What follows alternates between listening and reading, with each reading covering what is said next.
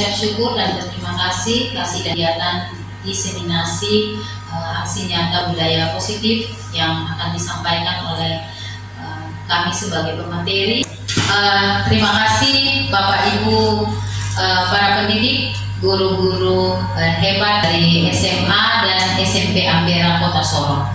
Kami sebagai calon guru penggerak, saya Lorenza pun bersama dengan Ibu Selvi Livatil, kami akan menyampaikan diseminasi budaya positif, implementasikan itu dalam proses belajar mengajar, bahkan di lingkungan di tempat kita sama-sama berada ini. Maaf, kami berdiri di saat ini bukan karena kami itu lebih pandai atau lebih pintar dari Bapak Ibu sekalian, tetapi inilah yang harus kami lakukan sebagai calon guru penggerak yang melaksanakan aksi nyata kami untuk menyampaikan ilmu yang sudah kami dapatkan. Calon guru penggerak angkatan 10 Kota Sorong, dan kami akan membagikan. Ya, Bapak Ibu boleh saling berhadapan yang tidak punya pasangan dan yang ada pasangannya. Nah, oke, Bapak Ibu berhadapan, lalu pandang wajah teman Bapak Ibu sendiri. Coba pandang temannya, pandang Bapak Ibu senyuman yang termanis, yang terbaik yang Bapak Ibu punya untuk temannya. Oke? Ya, 1, 2, 3, silakan. Berikan senyuman yang termanis. Bila bentuk giginya dibuka. Nah, aplaus dulu untuk kita sama. Kesepakatan ini yang akan nanti kita terapkan kita masing-masing ketika kita akan berada dengan murid-murid kita. Nah, silakan Bapak Ibu. Menghargai siapapun yang ada di tempat ini, saling menghargai. Apalagi Bapak Ibu, yang Bapak Ibu. Bagaimana Ibu Nur? Yang kedua, ini mau ditambahkan ini. Ya, mau ditambahkan. Ya, ketika ada teman yang menyampaikan pendapat, tolong didengar. Memberikan atau menyampaikan pendapat. Mungkin itu saja ya, Mem. Kita sudah bisa bikin beberapa kesepakatan. Kita ke slide berikut, Mem. Sebagai seorang guru yang baik, kita harusnya memiliki kemampuan dalam mewujudkan budaya positif di sekolah kita. Dan budaya positif itu dapat dijalankan dengan menerapkan konsep-konsep inti. Nah, ada beberapa konsep inti yang baik. Yang pertama itu adalah disiplin positif. Yang kedua adalah motivasi perilaku manusia, yang di dalamnya itu ada hukuman, penghargaan, restitusi. Yang ketiga adalah keyakinan kelas atau sekolah. Keempat, kebutuhan dasar manusia. Yang kelima, posisi kontrol restitusi, dan yang terakhir adalah segitiga restitusi. Terbesit dalam pikiran atau dalam benak Bapak Ibu mengenai disiplin positif. Kita share saja, saling diskusi di saat ini. Bagaimana Ibu? Kalau saya disiplin positif itu mungkin awalnya ya, awalnya mungkin dari diri sendiri. Baik, ya. Baik Ibu Tiara, terima kasih. Ada lagi pendapat yang lain Bapak Ibu tentang disiplin, kata disiplin ini? Pak Fer? Ya baik, terima kasih. Disiplin positif. Kalau disiplin positif maka baik, terima kasih Pak Fer. Ada lagi Bapak Ibu yang mau menyampaikan disiplinnya? Saya Ibu. Bu Nurnya. Kalau menurut saya disiplin positif ini kan kebiasaan-kebiasaan yang memang sudah seharusnya kita lakukan ya. Kembali pendapat yang sangat baik sekali tentang disiplin, Mem. Boleh slide berikutnya ya. Jadi disiplin positif sama seperti yang tadi sudah disampaikan oleh Pak Per, Ibu Tiara, bahkan Ibu Nur. Disiplin positif itu merupakan suatu cara penerapan disiplin yang mengajarkan anak untuk bertanggung jawab dan menumbuhkan kesadaran diri berdasarkan nilai-nilai kebajikan. Disiplin diri dapat membuat murid memahami dan menyadari berdasarkan motivasi internal yang tadi hukuman. Nah, saya kasih contoh, misalkan Bapak Ibu kita kalau misalkan mau datang ke sekolah, biasanya kalau kita datang di sekolah itu, apakah Bapak Ibu datang di sekolah benar-benar karena memang sudah merupakan tugas tanggung jawab datang ke sekolah, ataukah datang itu bagaimana? Baik, terima kasih atas waktu dan kesempatan. Kalau bagi diri saya sendiri, itu sudah seharusnya datang ke sekolah karena itulah kita guru, Pak. Sudah harus menjadi tugas dan kewajiban untuk mendidik anak-anak kita. Bukan karena paksaan atau karena mau menerima pujian. Terus nilai-nilai kebajikan apa yang Bapak Ibu harapkan untuk bisa diterapkan oleh murid? Ada banyak nilai kebajikan, kita boleh share. Ada yang tadi itu berarti mandiri. Beriman, Menimbulkan Bergotong royong. ada profil pelajar Pancasila. Jadi kita motivasi adalah dorongan. Ada motivasi perilaku manusia, Bapak Ibu bisa dilihat di slide. Yang pertama itu untuk menghindari ketidaknyamanan atau hukuman. Itu motivasi yang pertama. Motivasi yang kedua itu adalah untuk mendapat imbalan atau penghargaan dari orang lain. Lalu yang ketiga, untuk menjadi orang yang mereka inginkan dan menghargai diri sendiri dengan nilai-nilai yang mereka percaya. Kita berusaha saja, anggap saja itu lingkungan, bukan Bapak itu senang, bukan itu senang.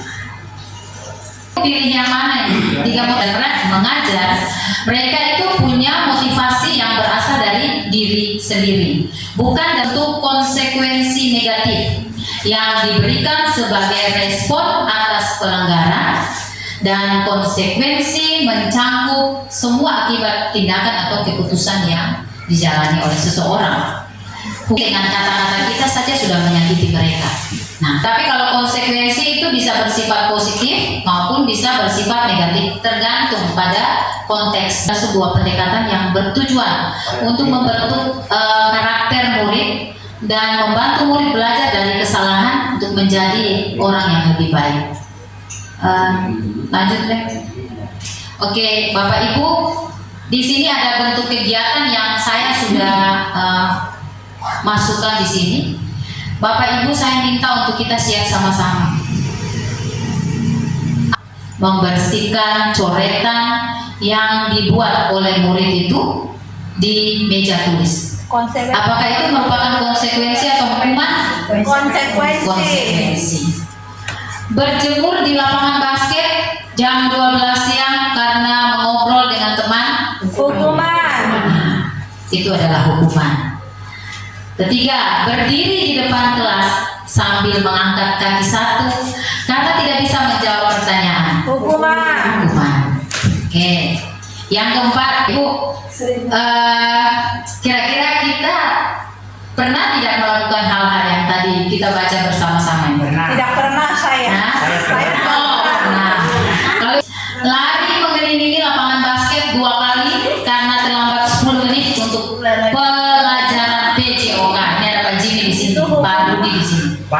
Itu hukuman atau konsekuensi, Bapak Ibu? Hukuman. Konsekuensi. Kenapa Bapak Ibu? Berolahraga.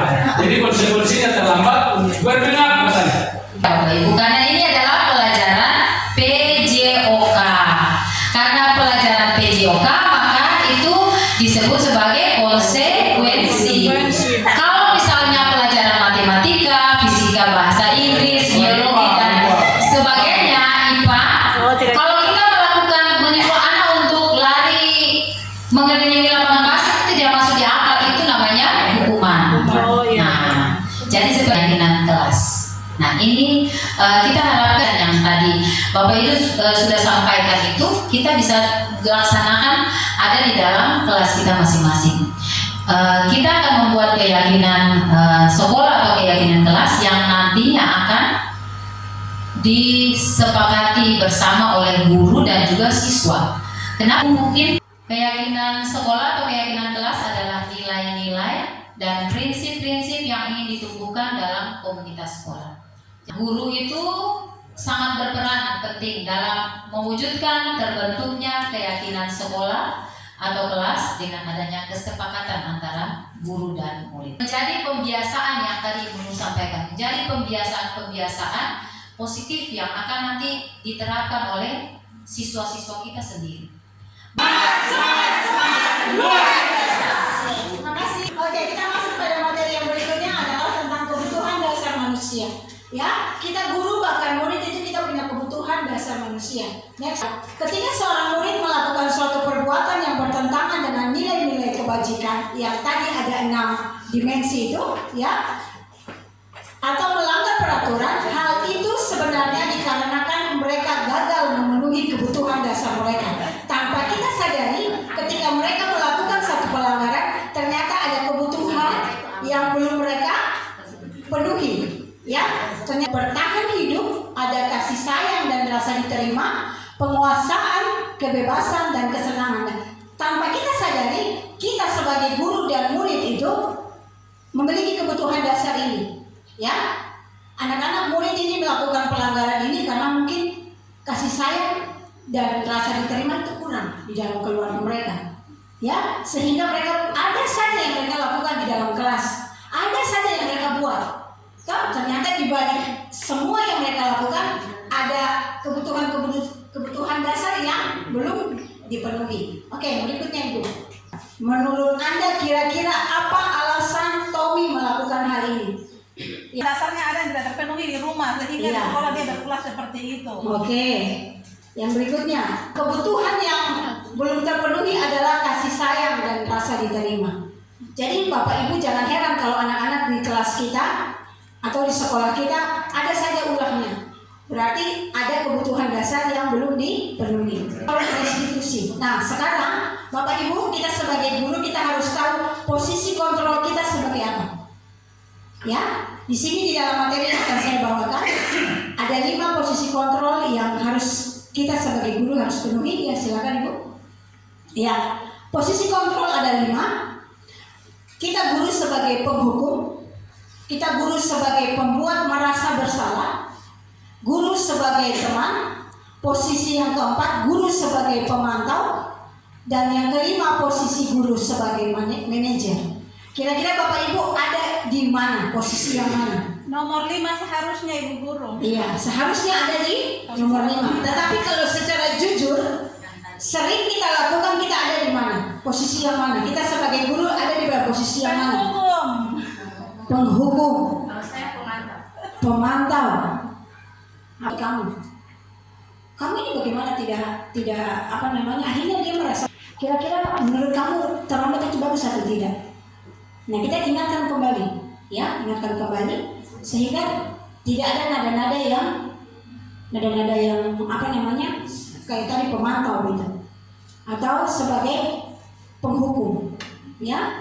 Berikutnya, sehingga murid itu bisa bertanggung jawab kembali. Sehingga murid itu bisa bertanggung jawab dan mendukung, dan guru itu bisa mempersilahkan murid itu bertanggung jawab dengan kesalahan yang dia buat. Dia sadar bahwa itu ada tahapannya. Kita menstabilkan identitasnya. Yang kedua, kita akan ngecek validasi tindakan yang salah. Ya, dan yang berikutnya kita menanyakan keyakinan. Menstabilkan identitas. Menstabilkan identitas ini dilakukan berdasarkan prinsip bahwa membuat kesalahan adalah bagian dari proses pembelajaran. Sehingga anak itu kayak tidak hati-hati gitu ya, kasih tindakan yang salah. Nah, kita validasi tindakan yang salah ini dilakukan berdasarkan prinsip bahwa setiap perilaku berupaya memenuhi suatu kebutuhan tertentu, sehingga guru atau orang tua akan bergeser dari pemikiran stimulus respon menjadi proaktif, serta akan lebih mengenali dan mengakui kebutuhan murid atau anak. Menanyakan keyakinan ini dilakukan dengan memberi pertanyaan-pertanyaan bermakna kepada murid atau anak itu dan memunculkan motivasi secara intrinsik sehingga mampu mengaitkan keyakinannya dengan tindakan yang salah. Yang tadinya, apa nilai yang kita percaya dari sekolah kita? Keyakinan apa tadi yang kita lihat? yang kita sudah sepakati bersama. Ya, nilai-nilai apa yang telah kita sepakati? Contoh tadi, seorang guru yang baik harus memiliki kemampuan dalam mewujudkan budaya positif di sekolah. Bapak Ibu, kita tidak sempurna, ya, tapi kita menuju ke arah yang lebih baik. Budaya positif itu akan kita lakukan bila itu dilakukan dengan kebiasaan kita. So, kami cuma berbagi praktik baik, ya, berbagi tentang apa yang sudah kami terima, dan kita mau bahwa sekolah kita SMP dan SMA ini bisa ada budaya positif baik di semua warga sekolah, baik itu guru atau murid. Pertanyaan itu, karena tadi seperti contoh itu Ibu Nur kan, Bapak, jadi keyakinan kelas itu kan disusun itu berdasarkan kesepakatan antara guru dan murid. Bicara tentang kebanyakan kita guru itu sudah cuma jabatan untuk mau tidak mau, suka tidak suka jalankan tugas pokok kita, karena amanat itu ada dua, tanggung jawab dari Tuhan untuk kita tapi juga negara di kita. Terkadang yang kita lihat budaya positif itu kita dihantam oleh tantangan internal dari dalam tubuh kita, antara kita dengan pimpinan sekolah, kita dengan teman guru. Contoh, Harusnya kita menjadi seorang manajer dalam menyelesaikan persoalan yang terjadi untuk murid kita. Begitupun ketika kita menjadi pimpinan sekolah, bagaimana cara kita menyelesaikan persoalan itu pun akan kita lakukan sebagai seorang manajer. Bagaimana ketika memang suatu saat Tuhan percayakan Pak Pet atau Pak Rudi atau Ibu Nur, Ibu Selvi mungkin untuk menjadi pemimpin satu lembaga, bisa mempraktekkan hal itu, memposisikan diri sebagai seorang manajer ketika ada peraturan yang dilanggar atau tata tertib yang dilanggar oleh anak buahnya atau bawahannya.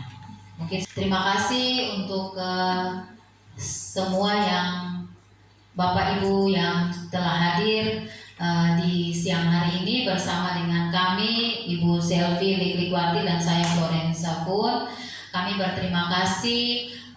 Kami mohon maaf jika dalam penyampaian materi kami di siang hari ini ada kata-kata yang mungkin kurang tepat atau yang salah di mata Bapak Ibu sekalian. Kami sebagai manusia biasa yang tentu tidak luput dari kesalahan. Kami mohon maaf sebesar-besarnya dan terima kasih karena Bapak Ibu sudah boleh berpartisipasi untuk bersama-sama dengan kami menerima materi budaya positif untuk aksi nyata kami pada modul 1.4. Kiranya Tuhan memberkati kita semua dalam tugas dan tanggung jawab kita ke depan.